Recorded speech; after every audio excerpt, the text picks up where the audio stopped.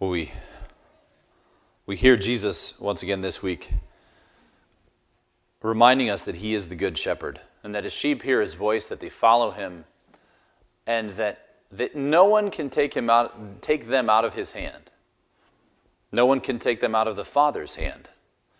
And just hearing again about the good shepherd last week, of course, we heard a lot from John and through John from Jesus about Jesus as the good shepherd. And also I invited you and all of us, but also especially you who are parents, to be spiritual shepherds to your children. Of course, it was First Communion last week. And so thinking about the ways in which shepherds do two basic things. They bring the sheep in and out to different pastures to get food and for protection against wolves and predators. And that you as parents have this great responsibility to give spiritual protection and also spiritual food to your children, to the little ones. The lambs, tend my sheep, feed my lambs, as Jesus said to Peter, he also says to you. The ones that the Lord has entrusted to you, that you're supposed to tend them and feed them. And I couldn't help but think about the Good Shepherd again, I couldn't help but think about those two things, feeding the sheep and giving them protection, in light of the fact that today is Mother's Day. I was thinking about those two things, like feeding and giving protection. And that's what, for the first 9 months of motherhood, that's what a woman's body does for her child. That nothing and no one else can do in the whole world, but only she can give protection and nurture that baby so that they can live, they can grow. They're safe, they receive food, and they have this context in which to have life and to grow. And that those two things, only mom can do those for the first many weeks. And she's the only one. And that God has designed a woman's body in such a way as to be able to do that is amazing. And we know with the theology of the body, we know that what God does on the physical level always has a deeper meaning on the spiritual level.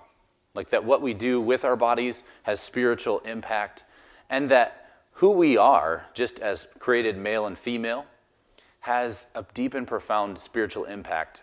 And just to wonder and marvel a little bit at what God has done in the vocation of motherhood, even just on the physical level,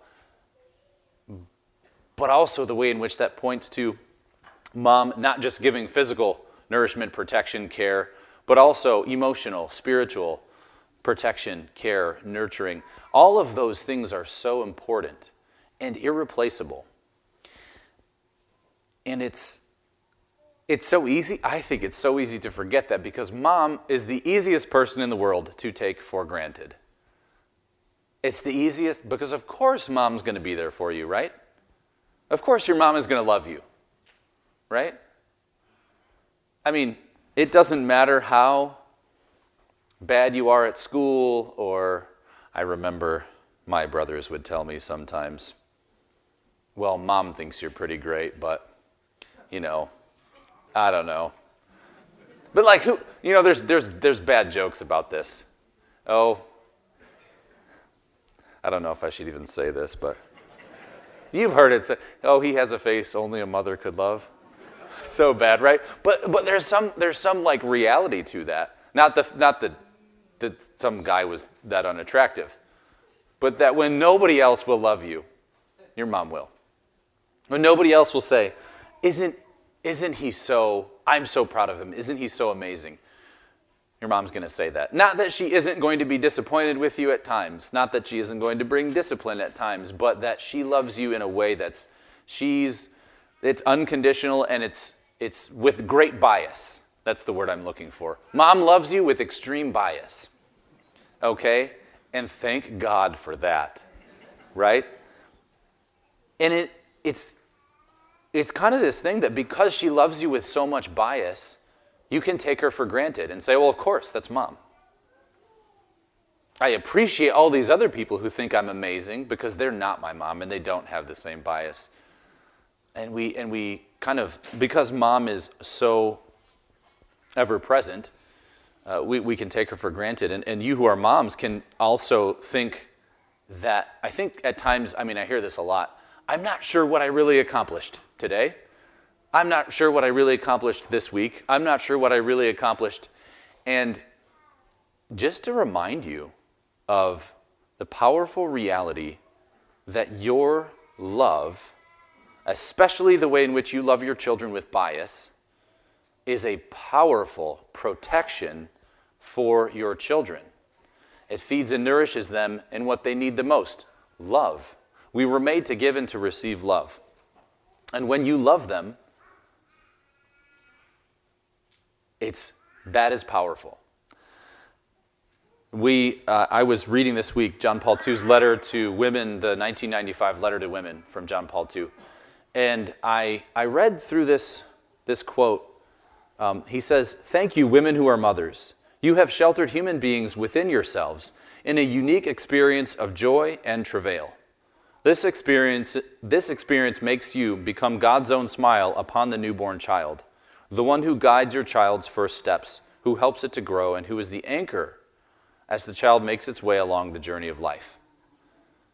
I read that, and before I got to the rest of the letter, my computer died, so I pulled out my phone and started reading the bishop's Friday memo, because I'm a good priest and I read the memo every week. And he quoted this same thing from the letter to women. And what really stuck out to me was that a mother is like an anchor for the child. And I don't know if you know this, but in Scripture, an anchor is a powerful metaphor. It's a symbol of hope. I think a lot of people know that. Raise your hand if you knew an anchor is a symbol of hope. Raise your hand if you know why. Okay, I think a lot of hands went down. I didn't really know why for a long time. It's also a symbol of Christ, okay?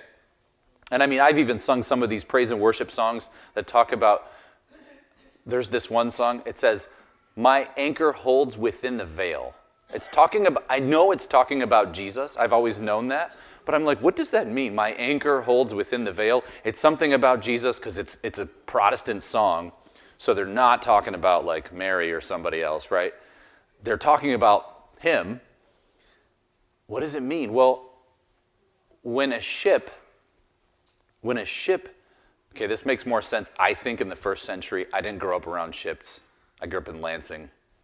Our diocese has we don't even have lakefront property, and we're in Michigan. Anyway, so we don't think about this very often, but if a ship is sailing along, think of like St. Paul sailing to one of his missionary journeys. A storm comes along, it drives that ship off course. The wind and the waves are going to send the ship right into a bunch of rocks. There's no safe harbor around. They're going to hit some rocks, the ship is going to sink, and they're all going to drown, unless they throw an anchor out.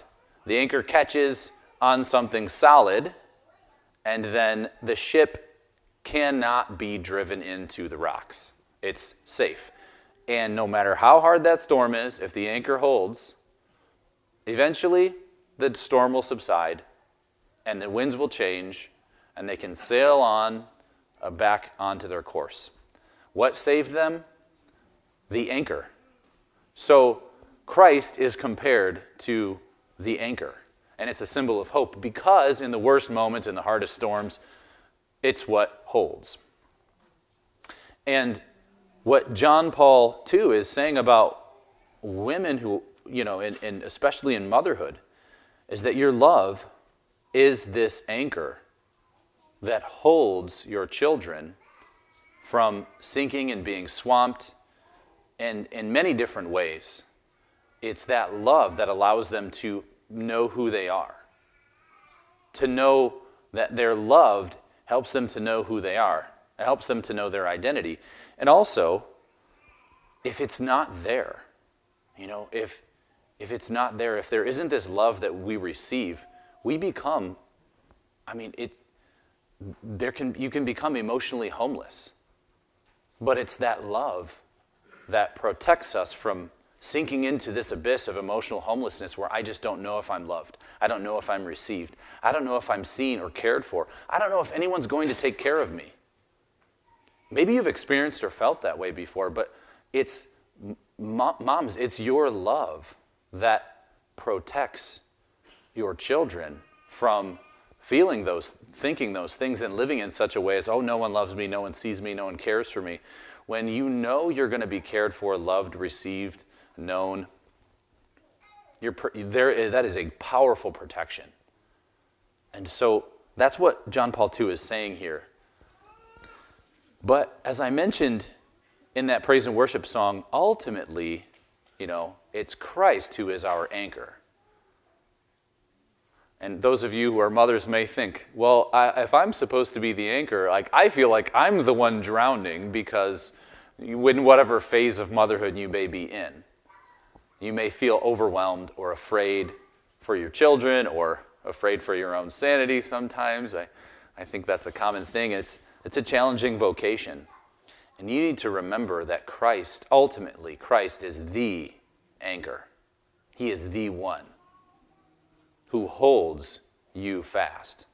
And that my anchor holds within the veil. That is a statement about Jesus having gone into the Holy of Holies, that within the veil, where God dwells, because he is God. And he can't be moved out of that. And if I'm connected with Jesus, I can never be blown too far away from God. The wind and the waves of life can't take me too far away from Jesus, too far away from God, from his protection, from his help. They really can't drive me away from that because I'm connected to Christ. And he is God. He is God and man. And so it's a reminder to each and every one of us that Jesus is the anchor. He is the one who holds us. And especially in those moments where it is difficult and it's discouraging, and you're not really sure, well, what do I do? I'm the mom. I have to know what to do. I used to think my parents knew everything, right? Do you remember that? Then I realized they knew nothing. And then I realized, they actually know a lot of things. But we don't always know. We don't always have it in and of ourselves. It's Christ who is the anchor. He's the one who knows. And he's truly the shepherd. Just going back to the reading here. It doesn't, just a quick aside, it doesn't matter what phase of life your children are in. They still need their mother's love. If my mom told me today, I really don't want to see you, I don't love you anymore, don't come home for Mother's Day, I think I'd be kind of crushed, be kind of devastated. The love of our mothers is something that we always need, and it is always a great blessing and protection to us. Of course, it's different in different phases of life. But when Jesus says this, I know my sheep, and they follow me. I give them eternal life, and they shall never perish. No one can take them out of my hand. My Father who has given them to me is greater than all, and no one can take them out of the Father's hand. That Jesus is ultimately the one who holds us fast is important to remember. There was a mom who was recently telling me that she was recounting a time where she was very afraid for her kids. And she was trying to protect them, and she was trying to do something in order to protect them. And it wasn't going very well. And she was afraid and angry at God and was yelling, I think at God, or just yelling, they're mine. They're my kids. They're my children. They're mine. And she heard God say, but they're mine. And it was like, whoa. It's one of those moments. She said it felt like being like a bear hug of power and love. And it was God speaking and saying, they're mine. I ultimately am the one who am their father. I am ultimately the one who is responsible for them. I'm the anchor that holds them. I'm the good shepherd that protects them. allow yourself to trust me to hold fast everything in your family. And I think that's a powerful reminder to all of us, but especially to you who are mothers. And that your vocation is very, very important, that it's very powerful is clear, and that is a calling and a responsibility that Jesus has entrusted, and the Father has entrusted his children to you. But remember that he is the one who is your anchor. He is the one who is the good shepherd. And he has called you in this vocation to, in his strength, not apart from his strength, but in his strength, to be that anchor, to be that unconditional love, to love with great bias. And in doing that, you give protection and guidance to your children. And in loving them in the grace and power of God, lead them to heaven.